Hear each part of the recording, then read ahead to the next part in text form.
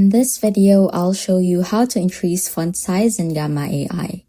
First, just open the presentation that you're working on.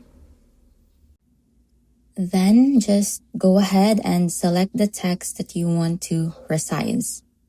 For example, this title here, you can just highlight it, then go to this option, and here you can pick heading.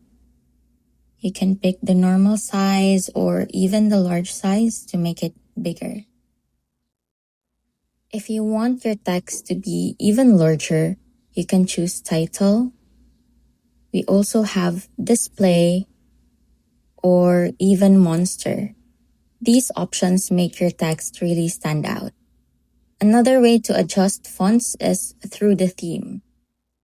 Just go ahead and select theme, and you can browse through different options and just select the theme that you want. So I'm gonna choose it, and it will update the font size globally across the slides. So that's how you can quickly increase font size in Gamma AI. Thanks for watching, and I hope this video was helpful.